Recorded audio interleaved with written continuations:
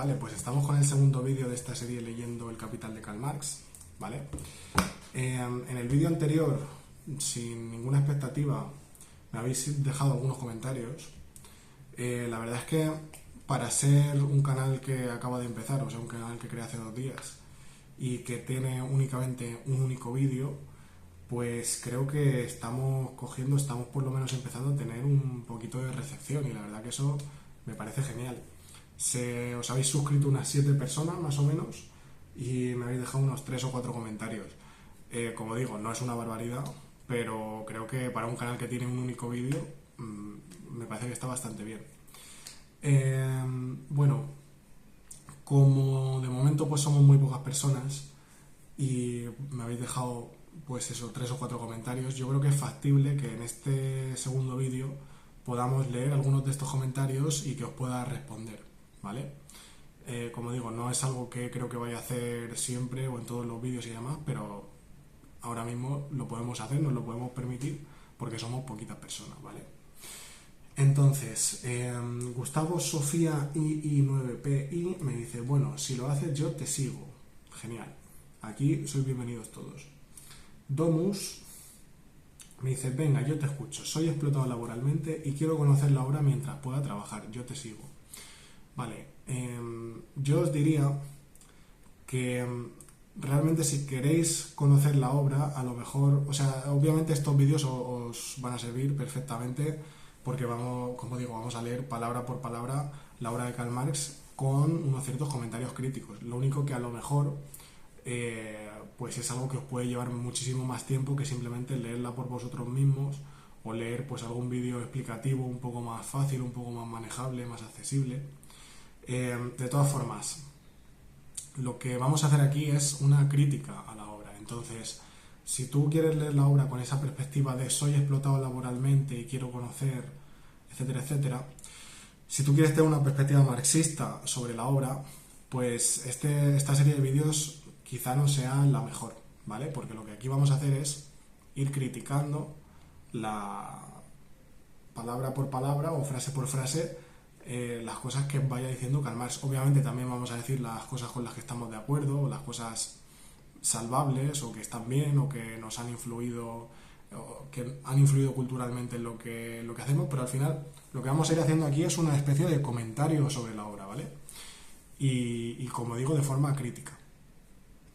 ¿Te puede servir? Sí, perfectamente. Ahora, que de aquí vayas a sacar unas ideas que, pues si tú quieres, yo qué sé, si tienes ideas de pertenecer a un sindicato, de hacer tal cual, no sé qué, que te vaya a servir específicamente para eso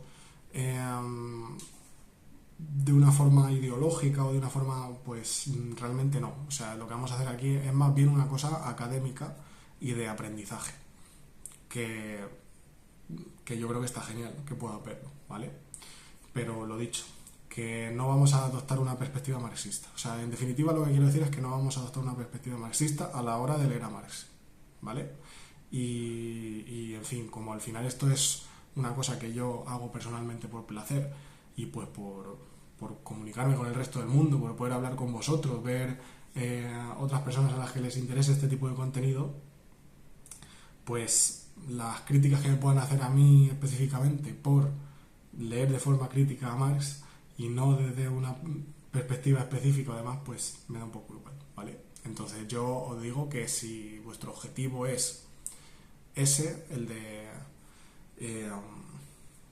de adoptar una perspectiva marxista sobre el marxismo, leer El Capital desde una perspectiva marxista, pues seguramente hay otras muchas personas que hacen contenido que también puede ser de una calidad perfecta, ¿vale? Gustavo Sofía, de nuevo, Gustavo Sofía II9PI me dice, ¿cuál es tu formación? Yo, bueno, mi formación específicamente no se centra ni en economía ni en pensamiento marxista, si es que hay algún tipo de formación específica sobre eso y demás, ¿vale? Yo hice el grado de traducción e interpretación en la Universidad de Salamanca. Posteriormente hice el máster de profesorado y hice un máster de filosofía. En el máster de filosofía sí que me centré más en lo que es este tipo de pensamiento y todo lo que pudo haber influido pues sobre el pensamiento marxista, o sea, Hegel, Schelling, etcétera, ¿vale? Pero no tengo una formación específicamente en economía. De todas formas, es algo sobre lo que he aprendido personalmente, ¿vale? Yo me he leído El Capital, he leído críticas al Capital, he leído sobre economía, historia de la economía, macroeconomía, economistas o escuelas económicas actuales, y al final pues tengo mi propia perspectiva al respecto, ¿vale? Es un tema que me interesa mucho y estoy con miras a hacer un doctorado en el futuro. Lo único que al no haber hecho el grado de filosofía o al no haber hecho un grado en economía y demás, lo estoy viendo complicado porque normalmente pues los doctorados tienen sus propios requisitos, cada escuela de doctorado tiene sus requisitos y las personas que no tienen esa formación formal, por así decirlo, en estos ámbitos, quedan los últimos en este tipo de listas. Entonces sí que tengo el máster en filosofía, lo cual para algunos doctorados me ha estado dando punto, pero realmente sí que es verdad que no puedo hacer de una forma tan fácil como una persona que tenga un grado en economía o en filosofía, ¿vale? Pero sí, en definitiva es algo sobre lo que aprendo personalmente y obviamente los estudios que yo tengo incluso en el grado de traducción e interpretación, los estudios que yo tengo me sirven para poder analizar de una forma más o menos crítica pues este tipo de cosas, ¿vale? Lo que he aprendido por mí mismo también. Me pregunta también Gustavo Sofía, ¿ya lo he leído antes? Sí, obviamente lo he leído antes, lo he leído entero. He leído, como digo, críticas al propio libro y sobre economía en general, ¿vale? Y escuelas económicas. O sea, es un tema que me interesa, es un tema sobre, no sé, que creo que muchos, prácticamente todo el mundo debería de poder informarse mínimamente, ¿no? O sea, no específicamente sobre el marxismo, sino en general sobre las distintas escuelas económicas que tienen una relación absoluta con las ideologías que se manejan hoy en día en el ámbito político, ¿no? Bueno, una cosa que se me ha olvidado también, el año pasado empecé el grado de Ciencia Política, por esta pregunta sobre cuál es mi formación. El año pasado empecé el grado de Ciencia Política, hice el primer año, pero por temas personales, yo soy profesor de secundaria, tengo diversos otros proyectos en mente, otras cosas que estoy haciendo, pues aprobé el primer año, pero de momento lo voy a dejar en stand-by, ¿vale? Vale, y luego una última cuenta que tiene unos caracteres chinos, que no sé leerlos, me dice Mamdani Ibérico. No sé quién es Mamdani, lo he buscado, creo que es un politólogo, un político o algo así, ¿vale? Que se parece un poco a mí, sí, bueno, puede ser que me parezca un poco, ¿vale? En fin, esos eran todos los comentarios que me dejasteis ayer. Y ahora vamos a empezar con la segunda página del Capital. Vamos a ver. El otro día, en el último vídeo, estuvimos hablando sobre las mercancías y las cualidades de las mercancías, ¿vale? Vamos a retomar un poquito las últimas líneas que leímos, ¿vale? Nos decía por aquí Marx, toda cosa útil como el hierro, el papel, como el hierro, el papel, etcétera, se ha de considerar bajo un doble punto de vista, el de la calidad y el de la cantidad, ¿vale? Todo esto ya lo comentamos en el último vídeo. Cada una de estas cosas es un conjunto de muchas propiedades y por eso puede ser útil en diversos aspectos. Vale, o sea, como las mercancías tienen diversas propiedades, pues nos puede ser útil para diferentes objetivos que nosotros tengamos. Bien. Y ahora empezamos con la página de hoy, ¿vale? Dice, es obra de la historia descubrir estos diversos aspectos y por tanto los múltiples modos de uso de las cosas. Vale, aquí en general, partiendo también de las oraciones que tenemos anteriormente, vemos cómo para Karl Marx la utilidad de las mercancías está excesivamente basada en sus propiedades materiales. O sea, sí que es cierto que las propiedades materiales determinan en una gran medida el uso que nosotros vamos a hacer de esas mercancías. O sea, la propiedad de este polo, ¿no?, de ser naranja, y de tener una cierta textura, un cierto material, un tal, sí que es verdad que determina ciertas utilidades que yo pueda tener. O sea, a lo mejor por el motivo X, el motivo que sea, yo necesito un polo que sea específicamente naranja. Y esa propiedad física de ser naranja es algo que me da más utilidad que si tuviera un polo blanco. Porque a lo mejor yo tengo un pantalón de X color que me queda mucho mejor con un polo naranja. Entonces, en mí, y aquí ya, fijaos cómo estamos introduciendo unos elementos subjetivos, ¿no? Desde mi perspectiva, con mis preferencias, con mis objetivos, un polo naranja es preferible a un polo blanco. Entonces fijaos cómo estamos metiendo en la teoría de la utilidad o del valor marginal, ¿vale? Porque para Marx el valor, no el valor de uso, el valor de cambio o el valor depende del trabajo y es objetivo, ¿vale? Pero fijaos cómo aquí en este valor de uso, en esta concepción que tiene Marx del valor de uso, estamos metiendo ya consideraciones subjetivas, ¿vale? Obviamente la utilidad material que tengan los objetos depende de mi subjetividad. Y esto es lo que Karl Marx de alguna forma no ve. Por tanto, y fijaos, si este objeto, o sea, hay mercancías que no tienen una utilidad, o sea, cuya utilidad no depende de su materialidad, ¿vale?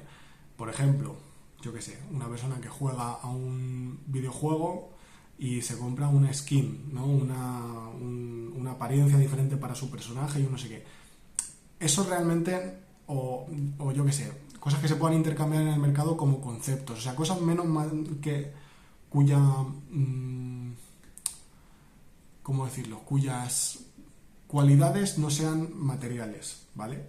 Que no dependan de esa materialidad. O sea, yo hablaba sobre la skin del personaje, tal o cual, porque no es un objeto material que depende de... O sea, al final esa skin, esa cosa que tú te estás comprando son bits, son ceros y unos en una máquina, ¿vale?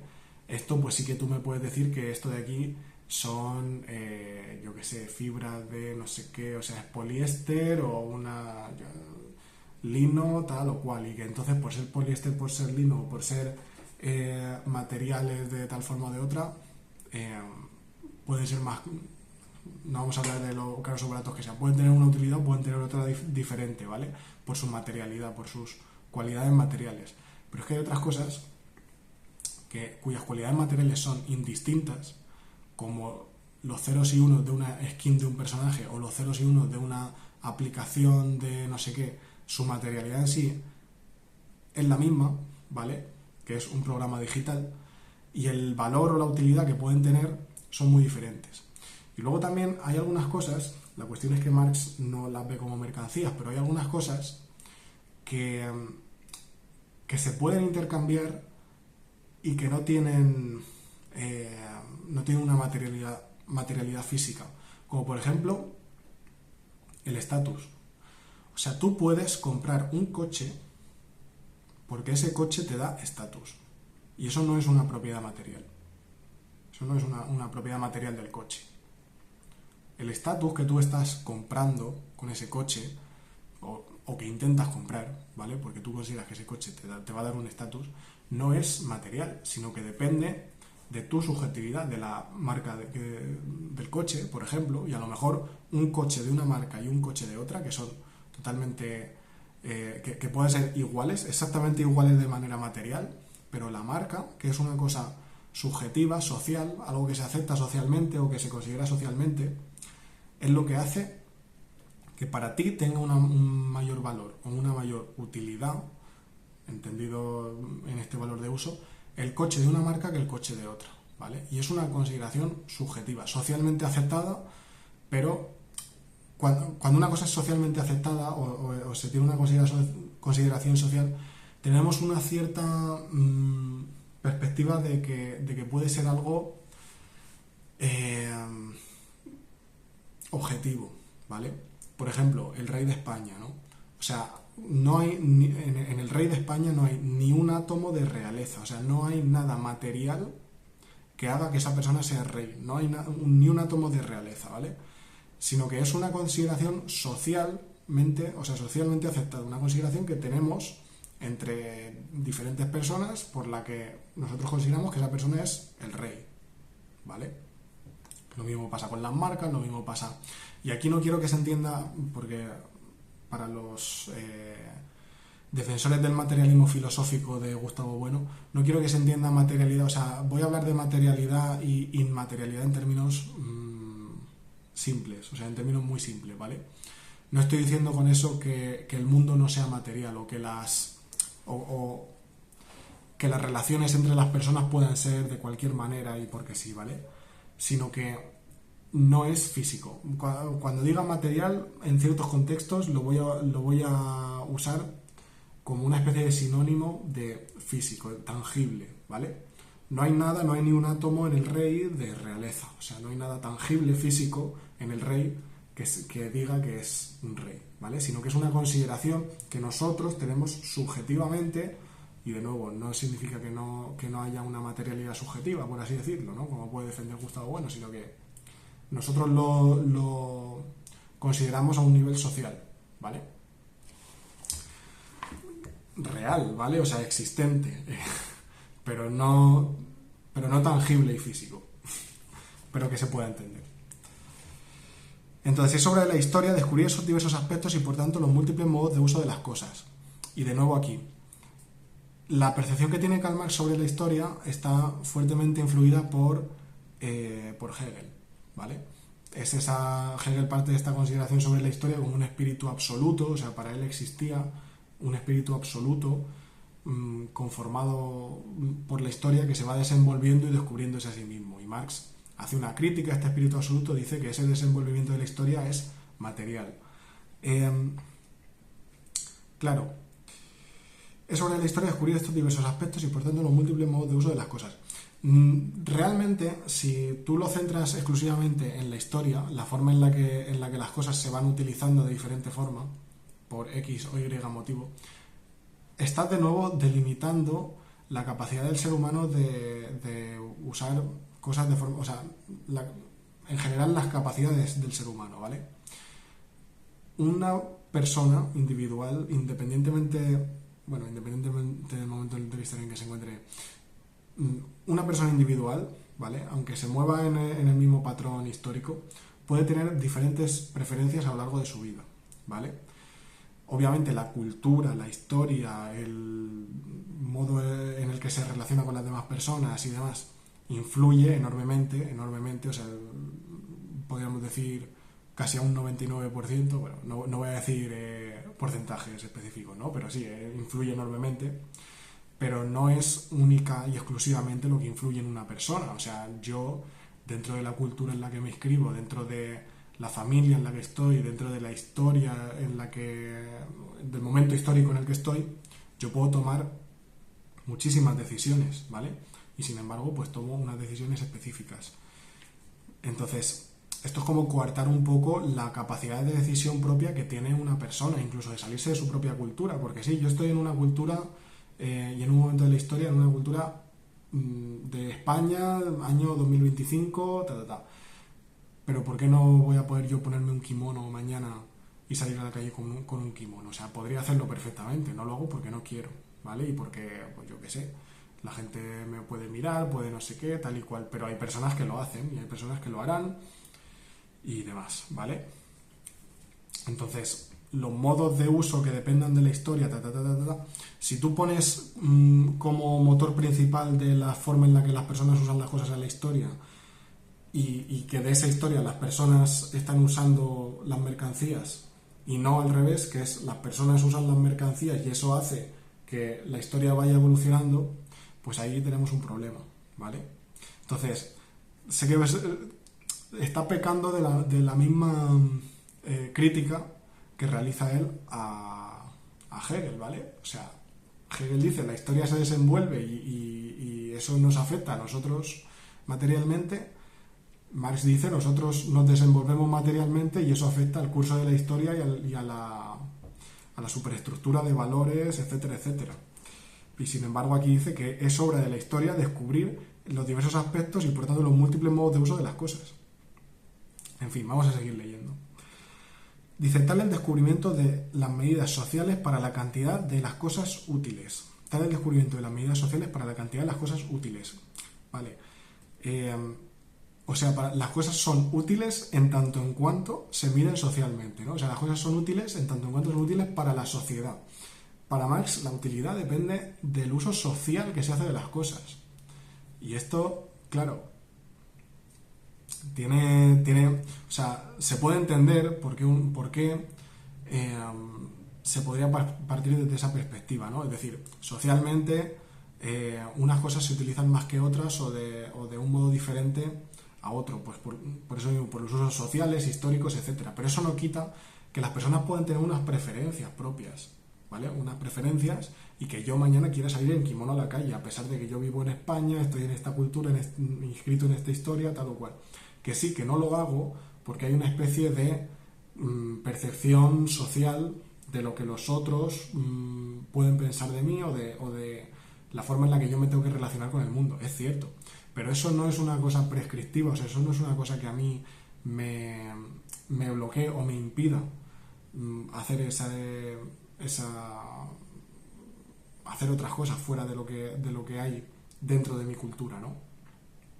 También entiendo que, bueno, si yo salgo en kimono a la calle, o sea, para que se me entienda lo que quiero decir, no implica, o sea, quiero decir, si yo salgo en kimono a la calle es porque dentro del momento histórico y cultural en el que estoy, yo conozco la cultura y medianamente la historia de Japón o de países asiáticos, ¿no? Entonces, sí, efectivamente el momento cultural e histórico en el que estamos nos influye totalmente, pero el ser humano tiene también una capacidad creativa y lo puedo poner con otro tipo de ejemplo. Yo puedo crear mi propia ropa de X forma totalmente novedosa, salida de mi creatividad propia, y eso no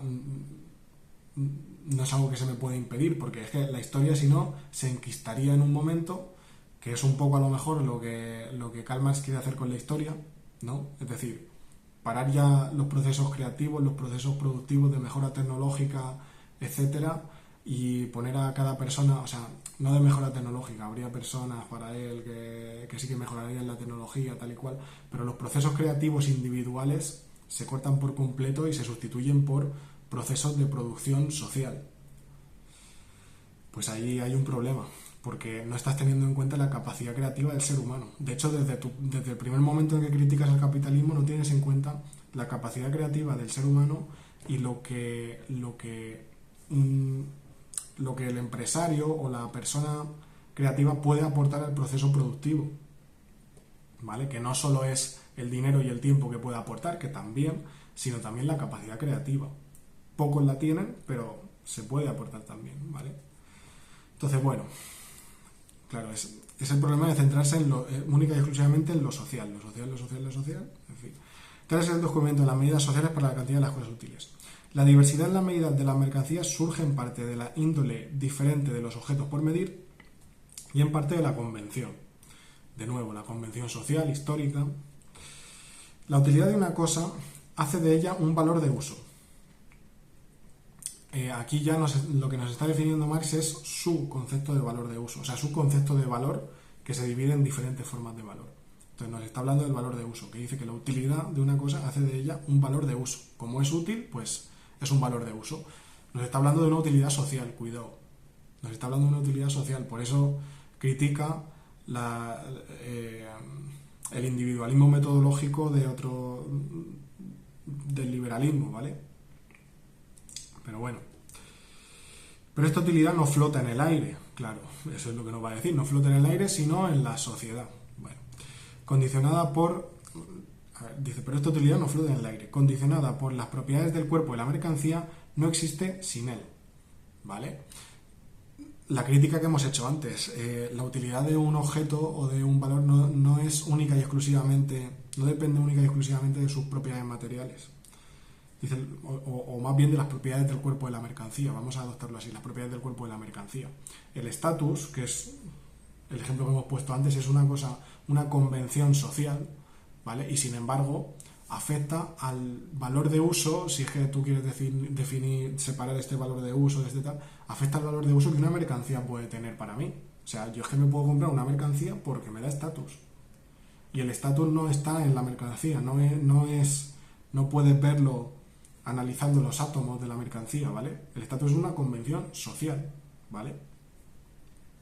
Convención social. Dependiendo de cómo definas el materialismo, pues el estatus podrá ser una especie pues eso, convención social material o simplemente idealista, ¿vale? Ahí ya no me meto, ya depende de la estructura de ideas, o sea, la estructura que tú hagas de la realidad y cómo definan los conceptos de esa realidad. Pero en definitiva es así. De ahí que el mismo cuerpo de la mercancía, como el hierro, el trigo, el diamante, etcétera, y de nuevo aquí una mercancía puede ser hierro, trigo, diamante, etcétera, como puede ser un masaje, como puede ser un objeto que te da estatus, ¿vale? El diamante, etcétera, sea un valor de uso o un bien. O sea, nos estás hablando de bienes, no nos estás hablando de servicios, ¿no? Es lo que entiendo, ¿no? Porque si tú me estás diciendo que un valor de uso o un bien es pues el hierro, el trigo, el diamante, estos son bienes, efectivamente, no son servicios, pero es que una mercancía también puede ser un servicio. Este carácter suyo no depende de que la apropiación de sus cualidades de uso cueste mucho o poco trabajo al hombre, ¿vale? Esto es lo que Marx nos quiere hacer ver, o sea, nos quiere diferenciar, ¿no? Que una cosa es el valor de uso que la mercancía tiene, que no depende del trabajo, y otra cosa es el valor de cambio, o valor propiamente dicho, que sí depende del trabajo. O sea, para Marx, cuando yo voy al mercado, o sea, yo tengo estos auriculares y yo voy al mercado y los intercambio por dinero o lo intercambio por otro material, o sea, yo voy al mercado y intercambio estos auriculares por 1 kilo de naranjas, ¿no? Lo que yo estoy diciendo para Marx es que estos auriculares han costado 10 horas de trabajo socialmente necesarias para hacerlo. Más adelante veremos lo de socialmente necesarias. Han costado 10 horas de trabajo y se presupone que esas naranjas han costado también 10 horas de trabajo. Entonces intercambiamos trabajo. A mí me cuesta esto 10 horas y yo lo intercambio por 10 horas de trabajo también, ¿no? Es una forma muy simplista de ver los intercambios económicos. Pero allá cada uno. Este carácter suyo no depende de que la apropiación de sus cualidades de uso cueste mucho o poco trabajo al hombre. Bien. En la consideración de los valores de uso se presupone siempre su determinación cuantitativa como una docena de relojes, una vara de tela, una tonelada de hierro, etc. Esto habría que analizarlo de una forma mucho más profunda, ¿vale? En los valores de uso, claro, hay una determinación cuantitativa y cualitativa como en todo, ¿vale? Pero es que esto te voy a decir, una docena de relojes vale más que un único reloj. Pues de nuevo aquí tenemos que tener en cuenta la perspectiva subjetiva de las personas, porque si yo tengo un reloj, ¿para qué quiero 12, no? O sea, a mí 12 relojes no me valen más que uno. Yo compro un reloj, lo pongo ahí en la pared, un segundo reloj no me vale para nada, ¿vale? Habrá quien necesite 12, ¿vale? Pero el que necesite 12 no necesita 15, ¿vale? Eso es lo que quiero decir. Entonces, esto es lo que... Esta es la crítica principal que se hace al marxismo, es que parte de una base totalmente errónea como es el valor objetivo dependiente del trabajo de las mercancías. O sea, si yo tengo un reloj no necesito 12, por tanto, para mí, subjetivamente, un reloj vale... O sea, cuando yo no tengo relojes, un reloj vale más de lo que teniendo yo un reloj me valen 12 relojes, ¿vale? Un intercambio, ahora voy a meter aquí algo que no tiene... Pero un intercambio se da cuando para mí, subjetivamente, me vale más el objeto que tú tienes o la mercancía que tú tienes de lo que para ti vale en consideración a la mercancía que yo tengo. O sea, para ti vale más la mercancía que yo tengo, para mí vale más la que tú tienes. Ahí es cuando se da el intercambio, ¿vale?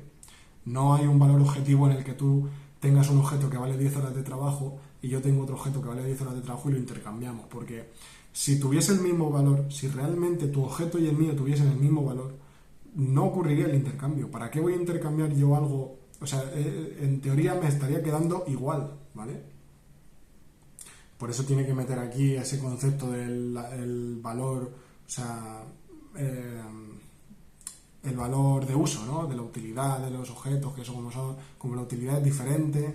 Entonces el valor es igual, pero la utilidad es diferente y yo intercambio. No, no, no. Estás separando la utilidad y el valor de una forma totalmente artificial, ¿vale? A mí un objeto me es útil en cuanto, o sea, me es valioso tanto en cuanto me es útil, ¿vale?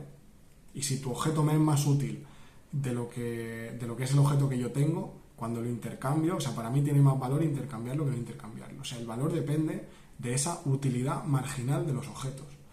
Y si yo tengo 0 relojes y quiero un reloj, pues en ese preciso instante un reloj para mí es mucho más útil que si yo tengo un reloj y tú me ofreces 12.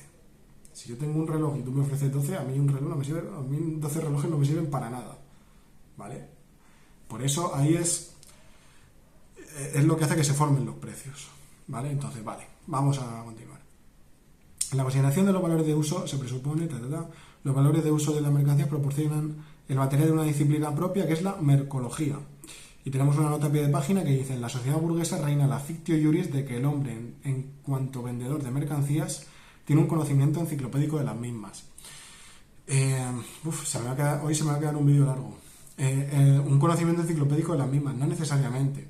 Claro, esto es una crítica que se hace mucho al liberalismo o a los académicos que están a favor del libre mercado, que es el de decirles, es que vosotros consideráis que las personas son racionales, y entonces como las personas son racionales, pensáis que van a intercambiar las cosas como deberían intercambiarlas y que va a haber un equilibrio al final y un balance y un no sé qué. No. Por lo menos ciertas escuelas actuales no consideran que porque haya un libre mercado se va a alcanzar un equilibrio. De hecho, lo más seguro es que no se alcance, y en esa forma de no alcanzar el equilibrio es donde surge el desarrollo productivo, el desarrollo en general, ¿vale? Económico.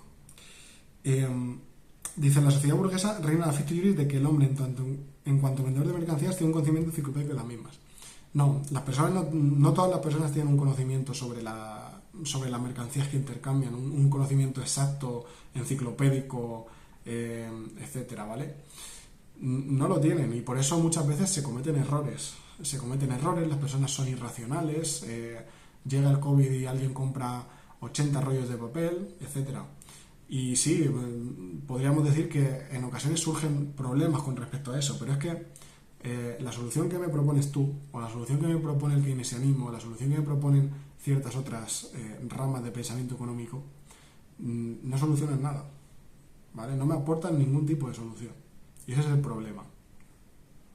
Obviamente, si verdaderamente pudiésemos tener a una persona o a un número de personas que fuesen absolutamente racionales, con un conocimiento enciclopédico de todas estas cosas, con una planificación central que hiciesen...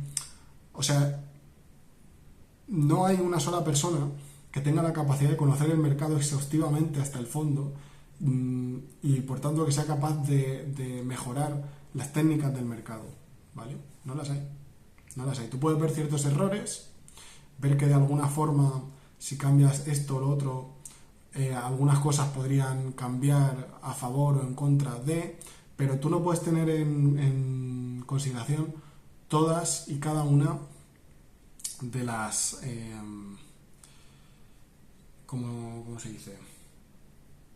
De las variables que están ocurriendo en el mercado, en la formación de precios y en el intercambio de bienes y de servicios, ¿vale? Y ese es el problema. O sea, es que más que la irracionalidad de las personas intercambiando en el mercado, lo que hay que ver es la irracionalidad o la falta de conocimiento de las personas que quieren planificar el mercado de una u otra manera. O sea, aunque no sea de una forma absoluta y total, pero que quieren planificar mínimamente el mercado, ¿vale? Hay muchas cosas que no están teniendo en cuenta porque no pueden tenerlas en cuenta, porque nadie es Dios ni nadie puede vigilar desde una forma absoluta, y aunque pudiese, es que nadie puede acceder a los pensamientos de cada una de las personas y a las demandas que hacen del mercado cada una de las personas, ni a los motivos por los que realizan esas demandas, ¿vale? Ni siquiera, es que muchas veces se dice que la inteligencia artificial puede generar o sea, puede crear un propio sistema económico planificado en el que hay no sería posible por el simple hecho de que esa inteligencia artificial no puede acceder al cerebro de las personas que demandan bienes y servicios por los motivos que los demanden. O sea, no puedes predecir cuál va a ser el precio de algo porque no puedes predecir cuánto se va a demandar algo. Justamente porque las personas son irracionales. O sea, justamente por la irracionalidad de las personas al demandar cosas, que es lo que estás criticando del capitalismo, pero es que es una realidad humana. Justamente por eso no se puede planificar. Entonces, el valor de uso se realiza únicamente en el uso o en el consumo. El valor de uso se realiza únicamente en el uso o en el consumo. Pues sí, cuando tú consumes una mercancía o cuando tú la usas, sí, o sea, creo que es una tautología aquí, ¿no? El valor de uso se consume cuando se usa, ¿vale? Muy bien. Los valores de uso constituyen el contenido material de la riqueza, cualquiera que sea su forma social. Los valores de uso... Bueno, aquí tenemos una visión un tanto universalista sobre lo que es la riqueza, porque de nuevo, que los valores de uso constituyan el contenido material de la riqueza,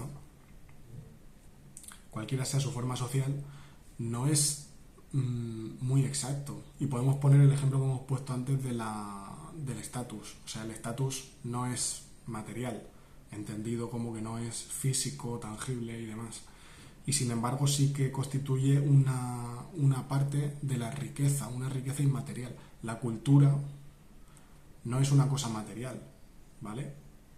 Me podrás decir, sí, pero es que el Quijote está escrito en un libro que es material, que no sé qué, sí, bueno, pero la cultura en sí, ¿no? El concepto que nosotros tenemos, el concepto que tenemos mental sobre qué es el Quijote o qué supone el Quijote o qué supone esto, no es algo material, ¿vale? Y sin embargo sí que puede formar parte de lo que podemos considerar riqueza. El estatus, la cultura, el no sé qué, etcétera, ¿vale? Luego se pueden hacer 1000 críticas. A ver, este es un vídeo muy corto en comparación con todas las cosas de las que estamos hablando, ¿vale? Y se pueden hacer 1000 críticas desde 1000 perspectivas. Y responder de nuevo, se pueden hacer vídeos de 1000 horas, ¿no? Pero vamos a intentar, pues eso, acotarlo, ¿vale? Y luego dicen, la forma de sociedad que vamos a examinar constituyen al mismo tiempo los portadores materiales del valor de cambio. La forma de sociedad que vamos a examinar constituyen al mismo tiempo los portadores materiales del valor de cambio. ¿Qué constituyen? Los valores de uso, claro. Los portadores materiales del valor de cambio. O sea, esto, que es un valor de uso, porta un valor de cambio, ¿no? O sea, esto es un valor de uso, pero porta pues esas 10 horas de trabajo por las que yo intercambio demás. De nuevo, es una división un tanto artificial e innecesaria. Porque, por ejemplo, ¿qué pasa con un billete de 10 euros? O sea, un billete de 10 euros, el valor de uso de un billete es su valor de cambio. Entonces, hacer una diferencia tajante entre lo que es el valor de uso y el valor de cambio con respecto al dinero, por ejemplo, pues es algo que no cuadra excesivamente, ¿no? Luego veremos cómo Marx nos habla sobre el oro y cómo el oro tiene un valor trabajo porque para extraer el oro se necesita un trabajo, que no sé qué, que no sé cuánto, y bueno, ¿y qué pasa con el dinero fiat o con...? En fin, hay ciertas consideraciones ahí que son muy criticables, y entonces, pues a lo largo de estos vídeos las vamos a ir criticando, ¿vale? El valor de cambio aparece primero, vale, esta frase se corta en la siguiente página, entonces lo vamos a dejar aquí, ¿vale?